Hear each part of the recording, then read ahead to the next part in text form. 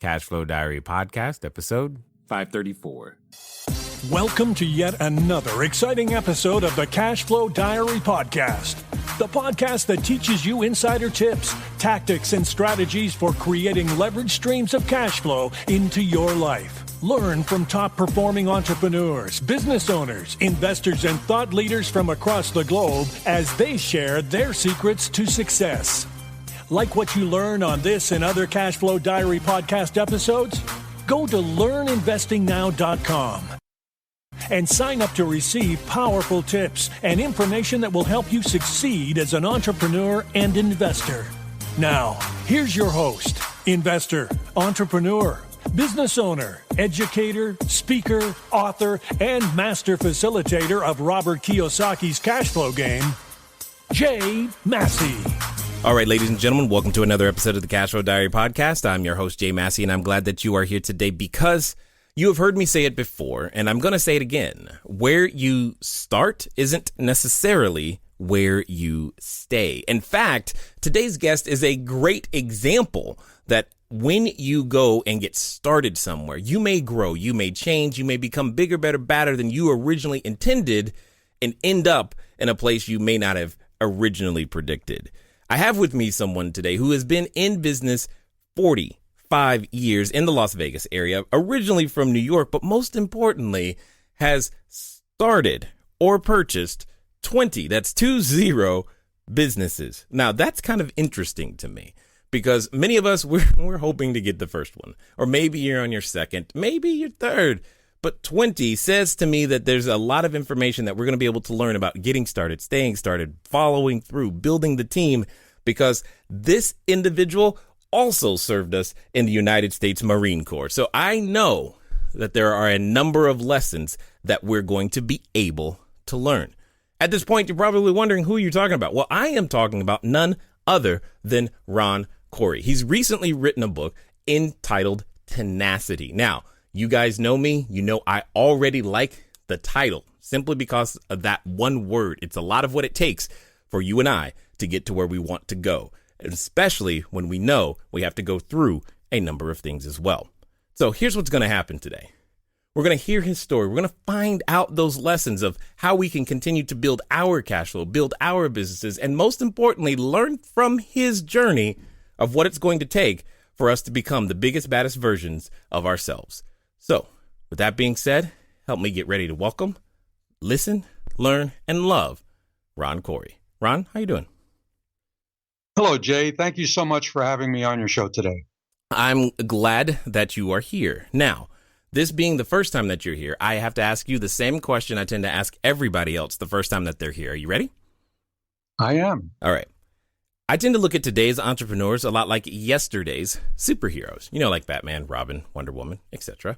Because I think entrepreneurs and superheroes have a ton of things in common. For example, as an entrepreneur, occasionally I can envision myself running around town, possibly with capes and tights, using our products and services, saving customers one at a time.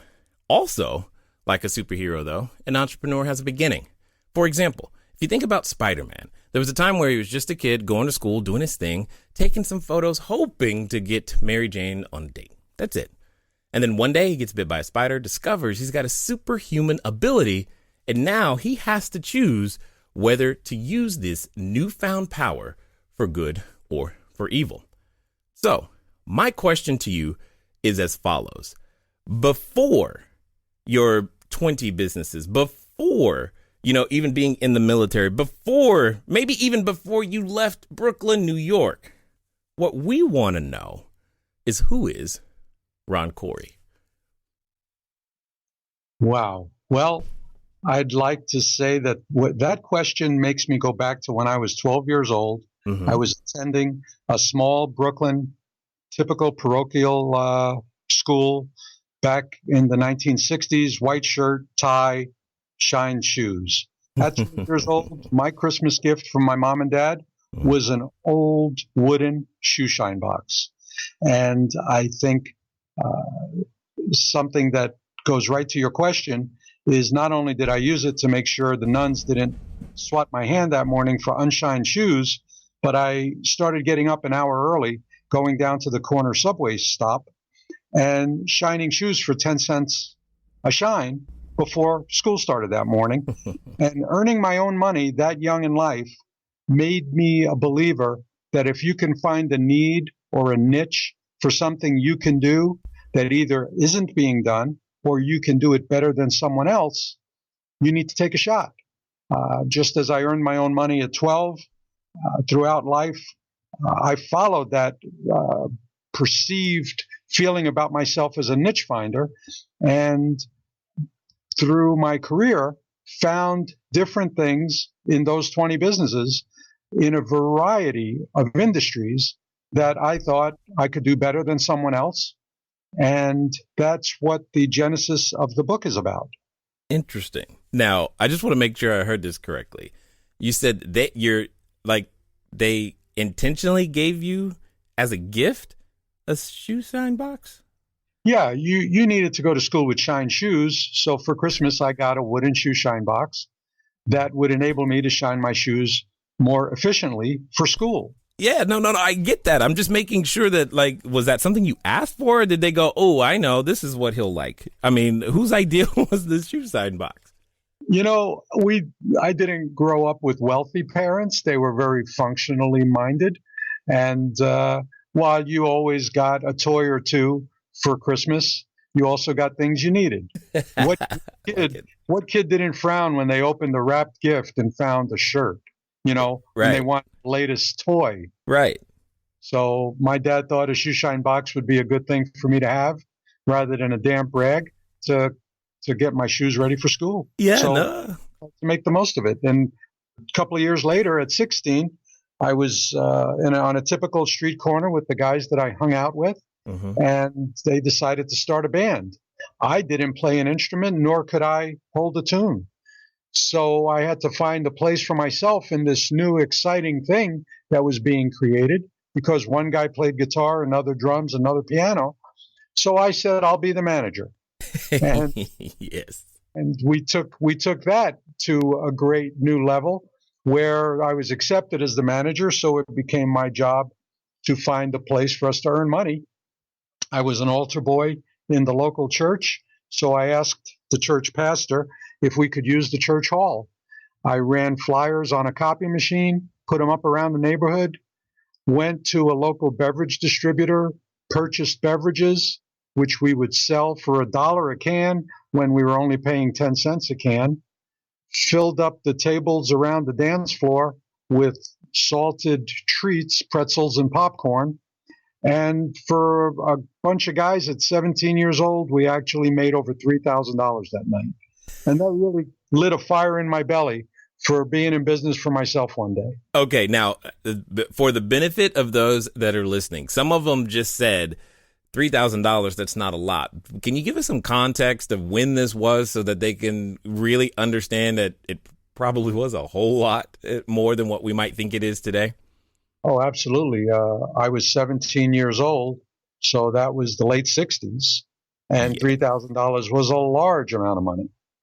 Yeah, I can imagine that. I can't even imagine in your head, oh my God, if I can do this, what else could I do? That's interesting to me. Okay. So take me on this journey, if you will. I mean, obviously today you've been through a number of different businesses, but what I'm curious to know is how did that transform? How did that get started? What was typically what I like to call that spider bite moment, that moment where you wake up and go, you know what? I've got something special that I can use and provide value to other people. And that's what I'm going to do. Okay. Well, when I got out of the Marine Corps, I went to work in Las Vegas as a casino dealer. Oh, okay. Hold on. This was after. So it was after the Marine Corps. Then let me back up then. What inspired you to go in the Marine Corps? Well, a lot of your listeners won't remember the draft, but there was a time when the draft existed and you were determined to be draft worthy based on your birth date. They would pull numbers, and I drew a low number that year, number 26, which meant I was likely to be drafted if I lost my student deferment. Well, you kept a student deferment in college if you carried over 12 credits, which I always did. there was a class that I wasn't enjoying, so I dropped it, not knowing dropping the class would make me eligible to be drafted. At the time, the Vietnam War was going on, so anyone who got drafted was headed to Vietnam. Rather than getting drafted and being assigned to a random selection of the branches of the military, I felt that if I enlisted in the Marine Corps, where I felt there was more training, I would enhance the likelihood of my survival in war. So that's why I enlisted in the Marine Corps. That ended up at just prior to graduation, while I had orders for Vietnam, President Nixon at the time announced de-escalation, which meant no one else would go to Vietnam and so many thousand per month would be pulled out. So prior to being shipped off to war, I ended up trained for Vietnam, but not going. Ended up being stationed in California, which was a 2-hour drive from Las Vegas. And that's how I got into the Marine Corps. And that's how I ended up in Las Vegas after the Marine Corps. Was that, I'm just curious, was that Camp Pendleton? Well, Camp Pendleton was where we had advanced infantry training. It started in boot camp in MCRD in San Diego. Got it. After 3 months of regular boot camp, you go to advanced infantry training in Camp Pendleton, and then you get assigned to anywhere in the world they decided to send you. I ended up in Barstow, California, which is a major supply center, and came to Las Vegas on weekends where I had some relatives, could count on some good home-cooked meals, and enjoyed weekends off the base, and enjoyed a very young, vibrant Las Vegas so much in 1972 and 3 that I decided to move here rather than go back to New York when I got out and give it a shot. Okay, so this brings up a really interesting question for me then. There's a lot of individuals who are listening who maybe they had flashes of, oh, I could be an entrepreneur. Maybe they weren't shining shoes or managing a band, but maybe they had the lemonade stand or they were selling candy at school. They did something. But usually there's this intervening event, and there's this intervening event, and what happened is that they got trained in a completely different discipline. Say, you know, when they went through college, and in your case, through college and the Marine Corps, and they lose that spark, they lose that desire to actually make something happen. How did you maintain that? Because you're saying that after you got out of the military, you still had that entrepreneurial fire and wanted to do something with it.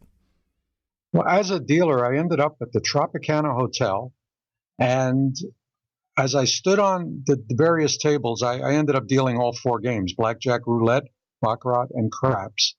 And as I would stand on a dead game, I would think about the fact that I would like to find a way to earn money, whether I was able physically to go to work or not.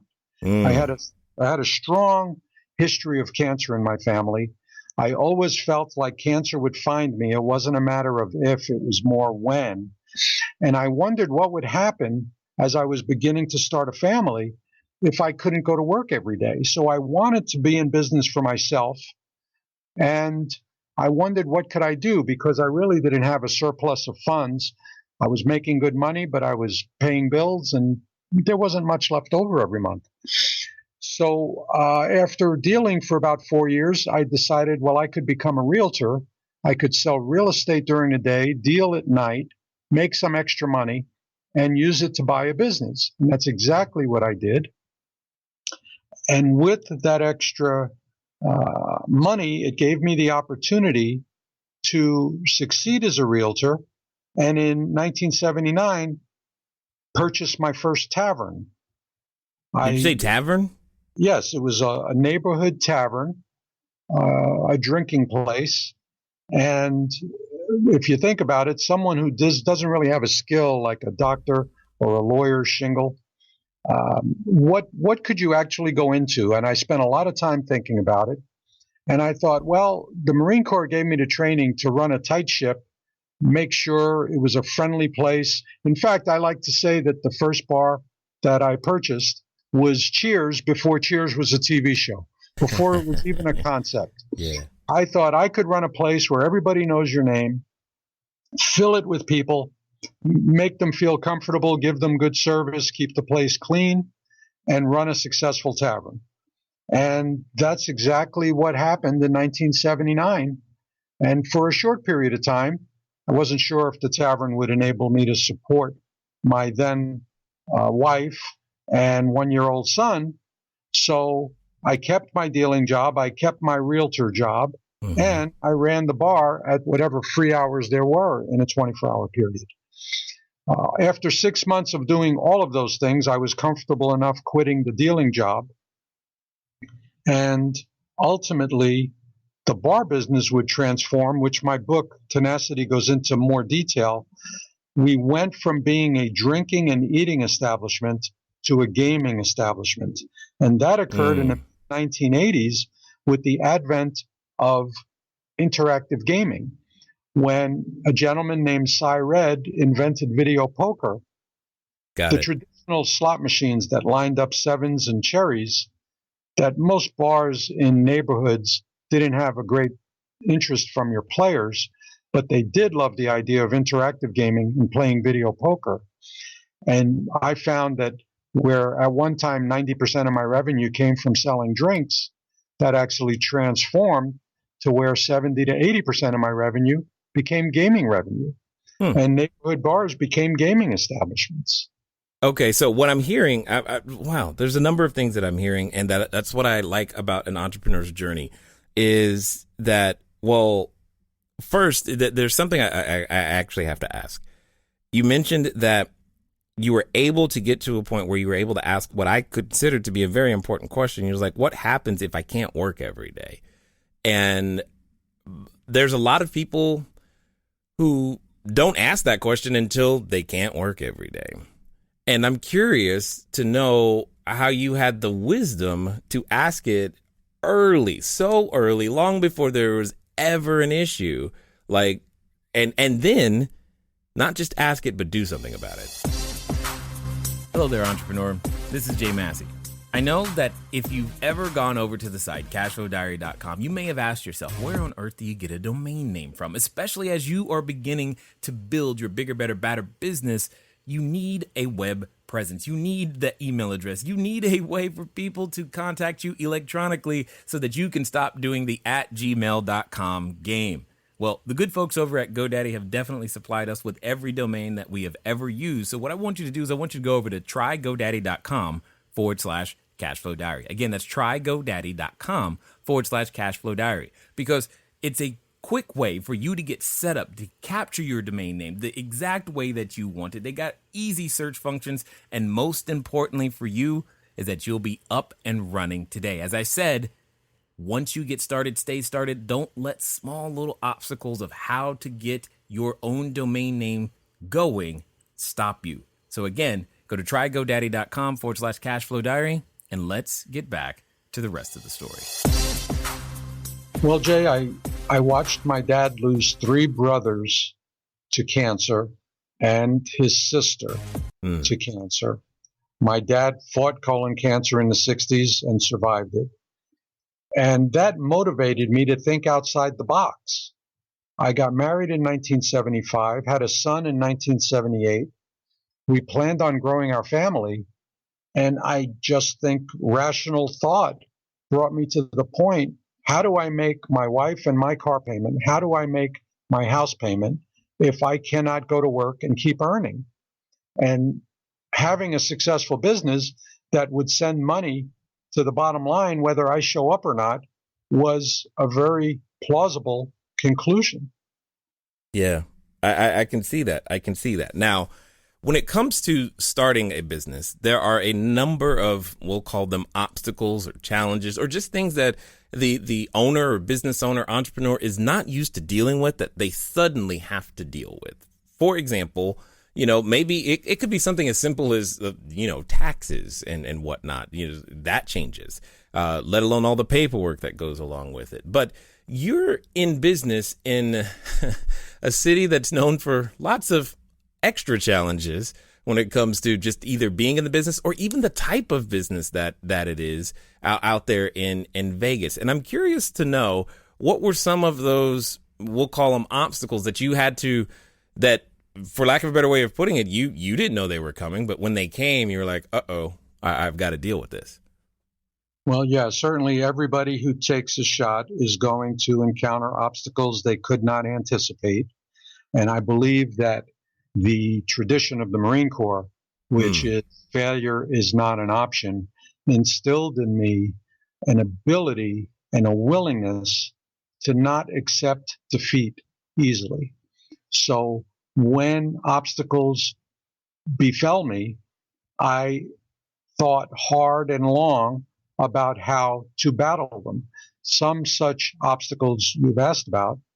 One example, which my book describes in an entire chapter, is in the 1980s, I thought I could operate a better limousine company than everyone in town that was doing it.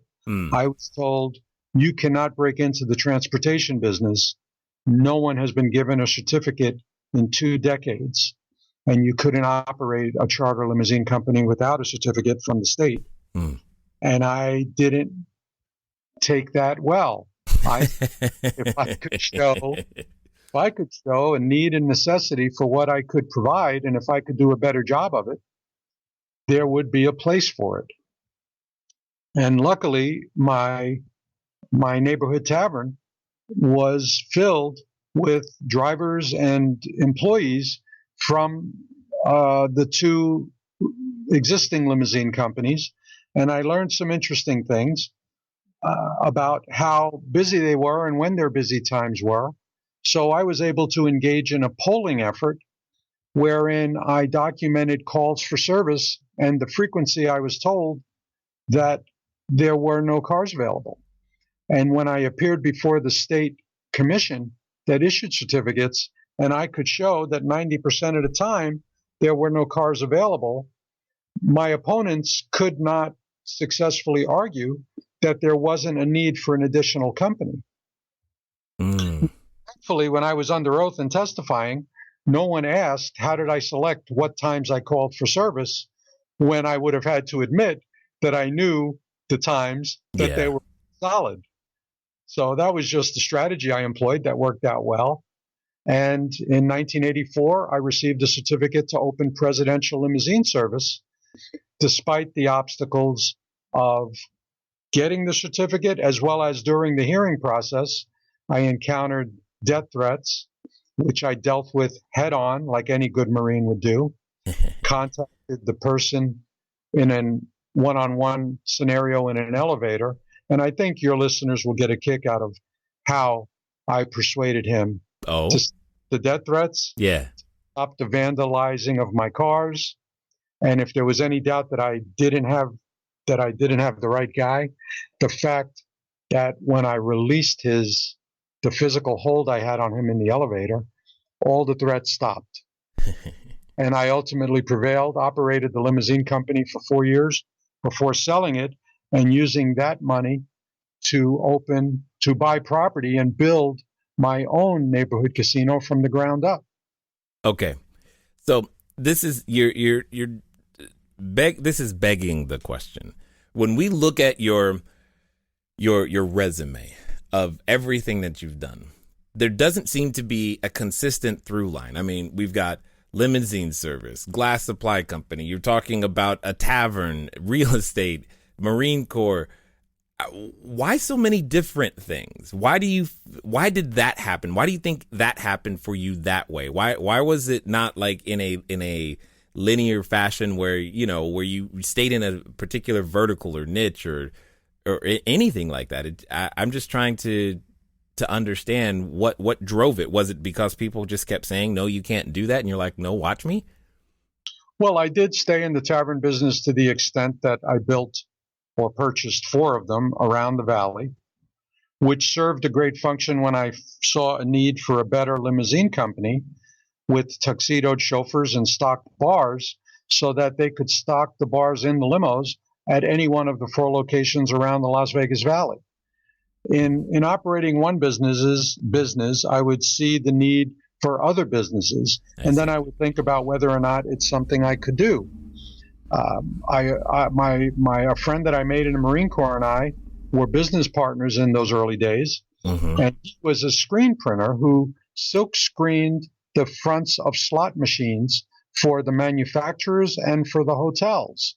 Well, when video poker came about and many more companies started getting into the slot manufacturing business, he and I saw a need for an independent screen printing company.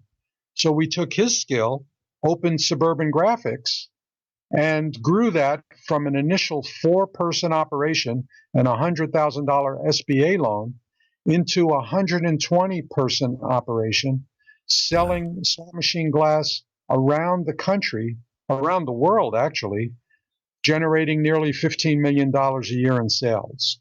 But all of these things developed by just living life, being an observational entrepreneur, seeing need for something that wasn't being done or something I could do better, and then going after it.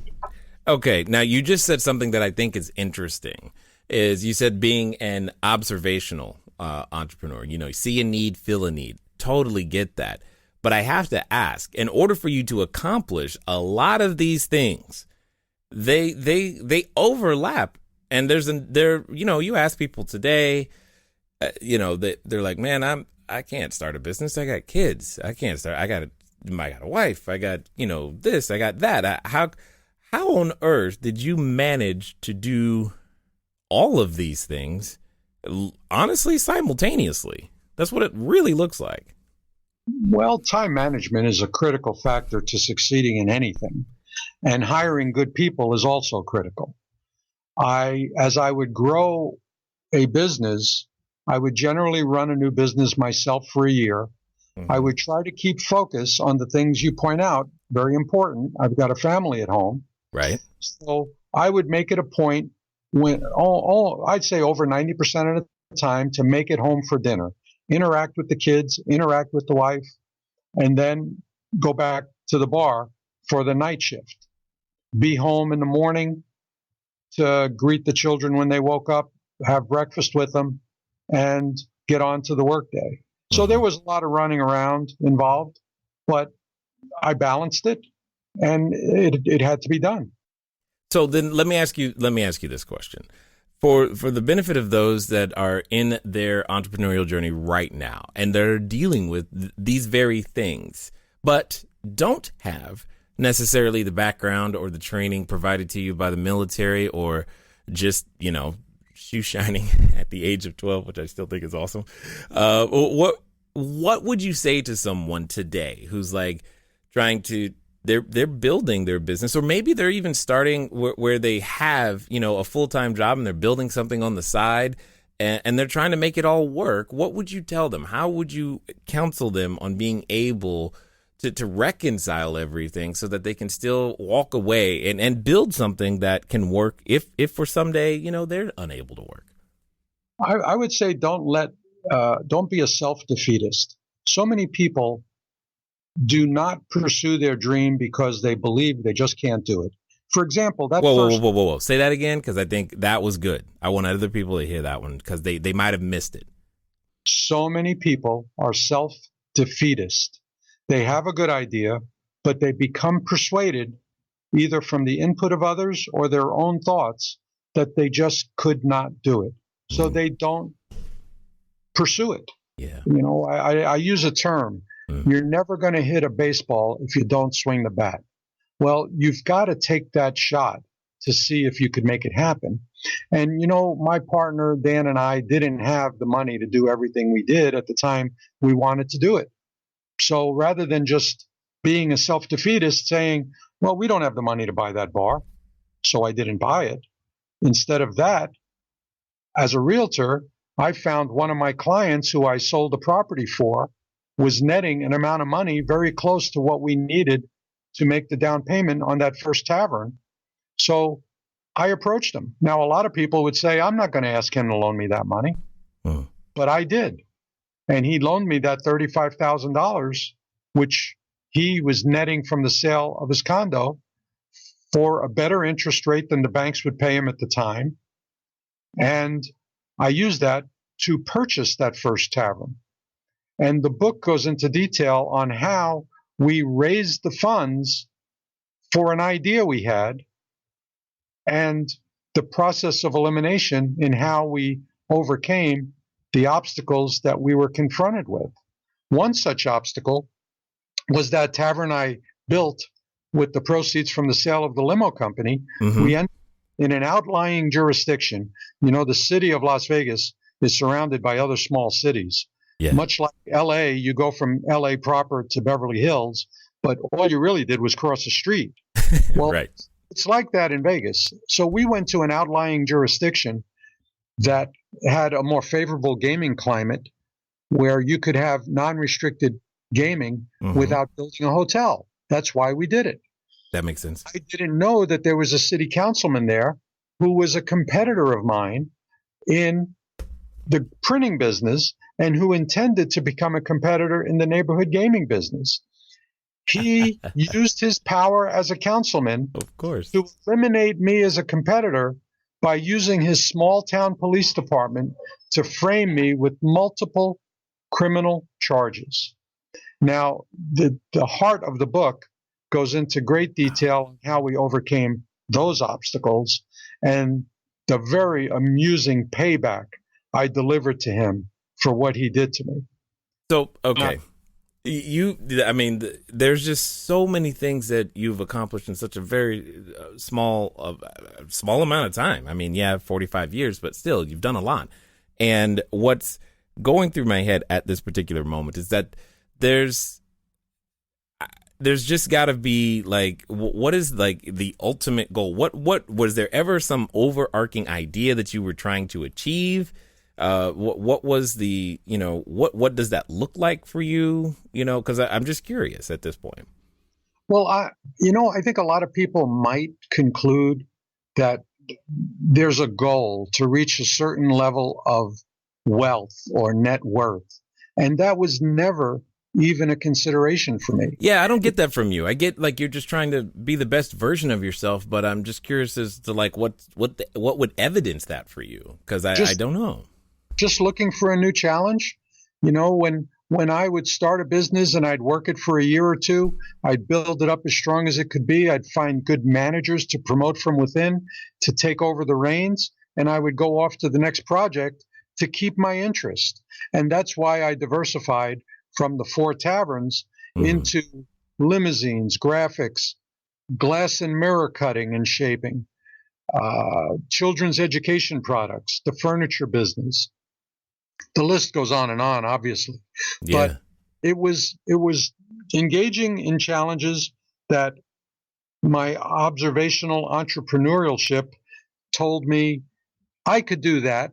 I could do it better than it's being done, or in a small town when Las Vegas only had 100,000 residents, you could actually come up with an idea that no one was doing yet. Right. Vegas now has 2 million residents, but back in the early 70s, it was a pretty small town where there were a great many more opportunities. And I just love the challenge, to answer your question. Okay. The challenge of doing something new, building something from nothing, and being successful at it. So at this point in your life, in this journey, I'm curious to know, how do you feel about the concept of, mistakes, errors, failures? Because you've tried so many things. I can only imagine not everything has gone the way that you wanted it to. But I'm curious to know, how necessary have you found it? Because, see, there are some people who are listening right now who are doing everything they can to avoid making any mistakes whatsoever. Oh, you're going to have mistakes, and you just can't let them get the better of you. You're right. And the book describes that I didn't always hit a home run. There was a time when bungee jumping was very popular in this country. And my partner, Dan, and I purchased a 280-foot tall tower crane. We were going to have the tallest bungee jump in the country. Okay. And we opened Bungee Fever. It took us 6 months to find the tower crane in Fontana, California, transport it here on 20 flatbeds, Wow. and erect it. The week we opened Bungee Fever, there were nationally advertised on the news 3 accidents which crippled the bungee jumping growth curve. Now, those accidents happened on temporary crane facilities. They were not like we were, a fixed structure licensed by the city as a true amusement ride, properly insured. They were temporary rigged facilities. Nonetheless, the news people were saying, well, if you think bungee jumping was safe, think again and watch this video. Well, the video depicted a cord that was rigged by putting multiple cords together. Whereas when you do it right, you pay $20,000 for a cord that's specifically manufactured for your jump height. Nonetheless, we did everything right. The business failed. We lost nearly $500,000, but we didn't let that dissuade us from pursuing the next venture. We licked our wounds. It took us a couple of years to pay back some of what we borrowed to do the deal, and we got on with life and went into another venture a couple of years later. I love it. So for those that have listened this far and want to find out just more of the lessons that you have available, catch up with what you're doing, what's going to be the best way for them to track you down or maybe even grab a copy of the book? Well, the book Tenacity is available in 4 versions on Amazon, hardcover, paperback, ebook through Kindle, and interestingly, my audiobook through Audible on Amazon was recorded by Hollywood actor Michael Madsen, who's known for his roles in Donnie Brasco, Reservoir Dogs, and Kill Bill. He's been in over 290 films. He's got a great voice for my persona in the book Tenacity, and they can find the book on Amazon.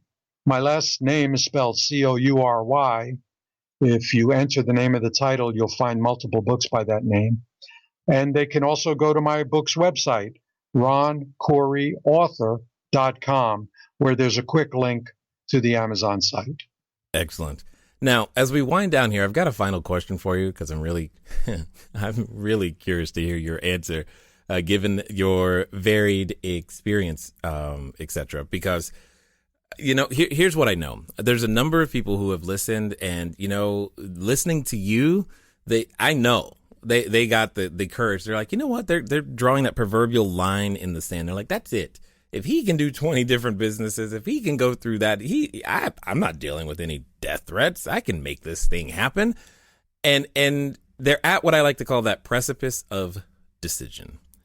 And like I know, when we get to that point, oftentimes we have a companion, and that companion comes in the form of a voice. And it's a voice that reminds us of, well, you know what happened last time? And you remember why? You remember that great idea you had and how that didn't work? And who are you? You're going to do what? You're going to open what kind of business? Are you sure? I mean, don't you know? Nope, no one's done that in 20 years. Mm-hmm. And for some people, they're related to that voice. So my question to you is as follows. Let's pretend that this time it's going to be different. This time they're going to follow through. This time they're going to do exactly what you say. And they're going to do so in the next 24 to 48 hours. What would you suggest that they do? Well, live your life by certain guidelines. I like to say there's never a wrong time to do the right thing. And if you have an idea and you have a way to put it together, don't hesitate to share the idea. Bring in some friends and partners who can support you, as Dan supported me when we had a half a dozen operating businesses going on at the same time. And 13 years ago, I learned I had esophageal cancer. I was going to be on my back for over a year after that surgery, if I even survived it. And Dan stayed on the home front as I went to California for surgery at USC Hospital. And by having a good partner that I could trust, who would make the same decisions I would make if I were there, don't let anybody who's listening that wants to do something be afraid of sharing the idea with someone, doing it with someone, and make the right choices. Don't be afraid of making a mistake. Mistakes don't mean you fail. You just adapt and improvise and overcome those obstacles and believe that for you, failure is not an option. I love it a lot, sir. I love it a lot. It is clear that, I've heard the phrase a lot, once a Marine, always a Marine, and I can still hear it in you in so many ways. And the sheer fact that you have done so many different things and you've done them basically on your own terms, regardless of what anyone else would say. I just want to be one of the first to say thanks for taking the time to share your knowledge, your wisdom, and your insight here with us today at the Cashflow Diary, sir. You are very welcome, Jay. It's been a true pleasure getting to know you. All right, ladies and gentlemen, you know what time it is. It's time for you to move at the speed of instruction. What does that mean today? Well, it means get over to ronquarryauthor.com. Why? Because you know, like I know, you just learned a whole lot of stuff about, you know what? It doesn't really matter where you start or where you stay. It just matters that you have some tenacity. Go out there and make that happen. Pick up a copy of the book and just remember this one thing. You never are going to hit a baseball if you don't swing the bat. Ladies and gentlemen, it's been fun talking to you today. I look forward to talking to you soon. Until next time.